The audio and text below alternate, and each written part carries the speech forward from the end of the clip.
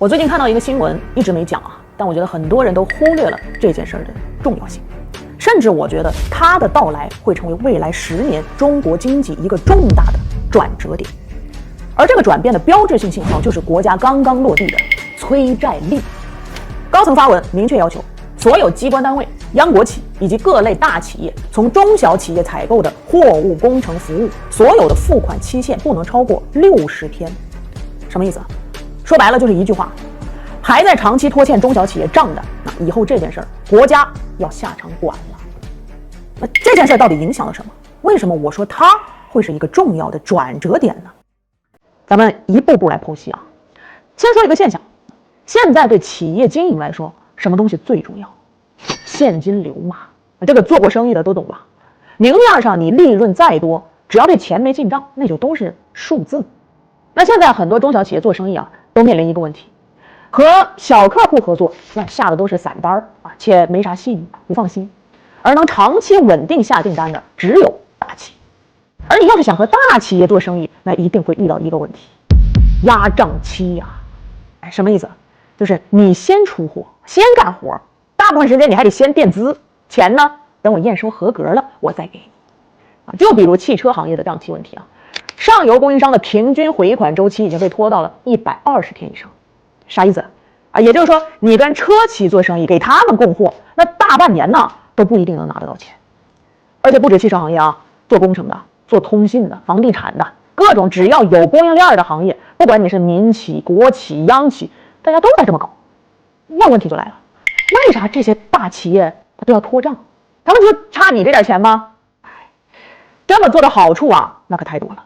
我随便讲啊，比如快到财报季了，我明明欠了几十亿的货款，但我压一压账期，我就能继承应付款。这样一来，账面现金流、财报是不是就好看了？再有，你以为人家那个财务总监都是吃素的啊？那些大企业动辄10亿、100亿的款，我就在账上躺着，我晚放你1个月，光利息你算算，那就有多少油水啊？甚至有些大企业干脆自己成立个金融平台，你现在急用钱是吧？我给你一张欠款凭证，你就可以拿这个来找我贷款，利息比外边要便宜。那等账期到了，我再给你兑付。这一套操作下来，相当于就是我拿着供应商的钱，再放贷给供应商，这个账期呢，我还可以套一波利。这套玩法目前已经成了各行各业的标配啊！所以现在你明白了吧？为什么中小企业的日子这么难？要么我不做，那没钱赚；我做了，钱还回不来。根据统计局的数据显示啊，截止到2024年底，全国规模以上工业企业的应收账款高达26.06万亿，而去年我们规模以上企业的利润总额是7.4万亿，这二者之间3.5倍之差呀！甚至有些企业的应收账款占到了1年营收的1半以上。那么一旦资金链断裂，项目被迫停工，什么欠薪啊、裁员啊、产品偷工减料啊，啥事儿都跟着来了。除此之外啊，这一切的背后还有一个更深层次的问题，那就是我们社会的财富分配问题。大家还记得中国经济是什么时候开始腾飞的吗？答案是从加入 WTO 开始。过去30年，我们是扮演着世界工厂的角色啊，把货卖给全球。所以那时候的主旋律啊，4个字：产能扩张。于是我们看到家电、房地产、光伏、汽车一个个产业链快速崛起，做大做强，经济也在高速奔跑，但也因此埋下了不少问题，尤其是风险集中到了头部那几家大公司的身上。那么一旦这些头部企业出了问题，整条产业链都可能跟着一起遭殃啊。而现在的中国经济已经进入关键的转型期了，很多行业早就卷到世界第一了，有些产能甚至已经大于了需求。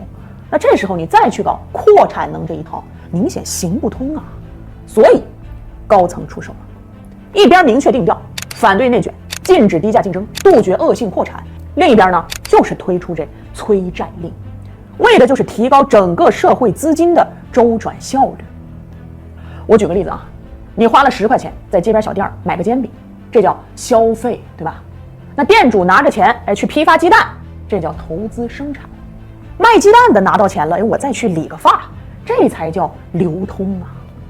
就这10块钱啊，我一圈一圈的赚起来，钱没有集中在煎饼店主身上，而是不断的在往下传递，不断的被使用，最终撬动的可能就是100块、1000块的经济效益。GDP 就是这么产生的。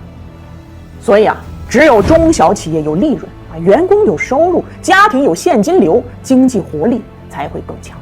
这就是我说的分蛋糕。